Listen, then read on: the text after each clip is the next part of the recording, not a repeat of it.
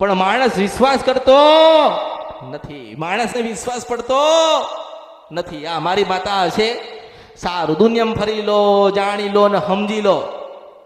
મનની અંદર વિશ્વાસ રાખો કે અમારા આજે ભયંકર તકલીફ છે ને દુઃખ છે, અમારી કુળદેવીને અમે આજે પ્રાર્થના કરીએ છીએ કે માં કોક દુઃખવાળી માતા રહી જતી હોય, અમારા પૂર્વજો લાયા હોય ને અમને ના કીધું હોય, અમને કશું ખબર જ નથી કે અમારા વડીલો શું કરીને ગયા, પણ એટલી ખબર છે કે માં કાળકા, સધી કે શિકોતર કે ચાવણ કે ખોડિયાલ તને પૂજતા હતા. આટલી પ્રાર્થના તમે તમારી કુળદેવીને કરો અને તમારી કુળદેવી તરત બહાર ઉભા રહેલા દેવને કહે છે કે તારો ન્યાય કરાવવા હું મેરડી તૈયાર છું. કે બહારના પારકા દેવ તમારા પૂર્વજો લાયા એટલે જવાબદારી તમારી રહે. કોની રહે? તમારા પૂર્વજો જે માતાઓ લાયા છે ને એને પૂજવાની જવાબદારી તમારી જ રહે, બીજા કોઈ પૂજશે નહીં. 4 ભાઈ હોય ઘરની અંદર વર્ષો પહેલા અને એક ભાઈ કદાચ સધી માતા લાયો હોય તો એક જ ઘરમાં સધી માતા બોલશે, 3 ઘરમાં નહીં બોલે. પછી તમારા પૂર્વજનું નામ આપો કે ફલાણા ડોહામણ સધીને લાયો તો તમારે હરખથી અપનાવી લેવી પડે. હું મેળડી છું.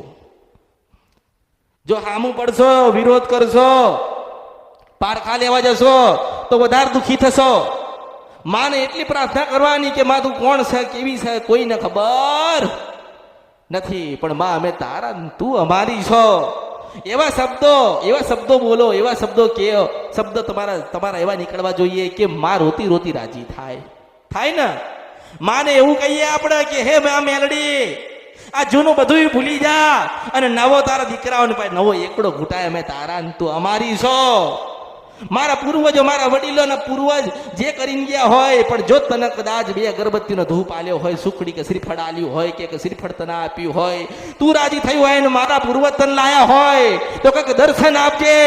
અને પશુ પ્રભાત રાજા કરણની વેળા થાય ના આવન તો મારું નામ મેલડી નહીં.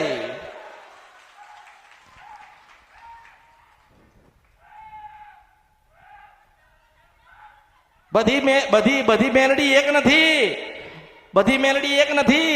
જેની ભક્તિ જબરી એની મેલડી જબરી. જે ભક્તિ કરી જાય એ તરી જાય, જે માની ભક્તિ કરી જાય ને એની પેઢી તરી જાય. માતાજી ભક્તિ માંગો, ભાવ માંગો. માતા શું માગશે?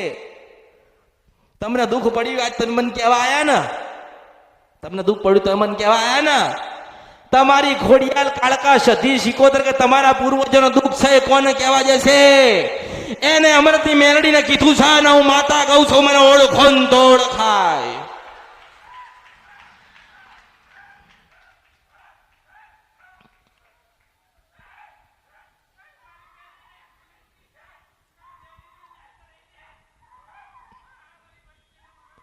વિશ્વાસ અને શ્રદ્ધા સાચી હોય ને, આપણી અંદર હૃદયમાં વિશ્વાસ હોય. ઝઘડું સા શેઠ ને વાણિયાને વિશ્વાસ હતો, અહીંયા હૃદયમાં વિશ્વાસ હતો કે કોઈક આવશે જગત જનની જોગ માયા તારવા માટે અને મને જરૂર મારી વસ્તીને, મારા પેઢીને, મારા નાવડાને તારશે. તો તાર્યું ને?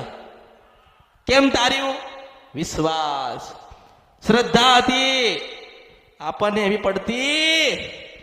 આ તો માં મેલડી મારા દીકરાને વાવ લાવી દે ને તો તને બેહાડીને પૂજો. માં મેલડી મને સારું ઘર લાવ તો તને બેહાડીને પૂજો. એ તો તમે સોદા કરો છો, એવા સોદા થતા નથી. એવા સોદાબાજી માતાજી પાસે કરશો નહીં.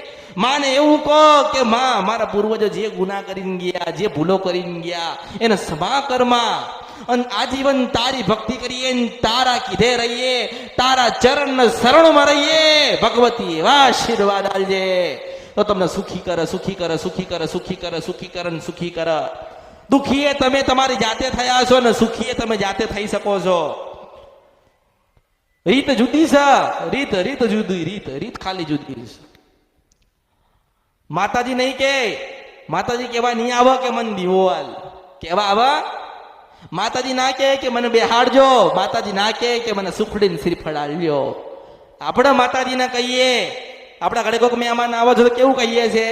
ના ઉભારો, ચા પાણી કરતા જાઓ, ખાવાનો સમય હોય તો કે ખાતા જાઓ.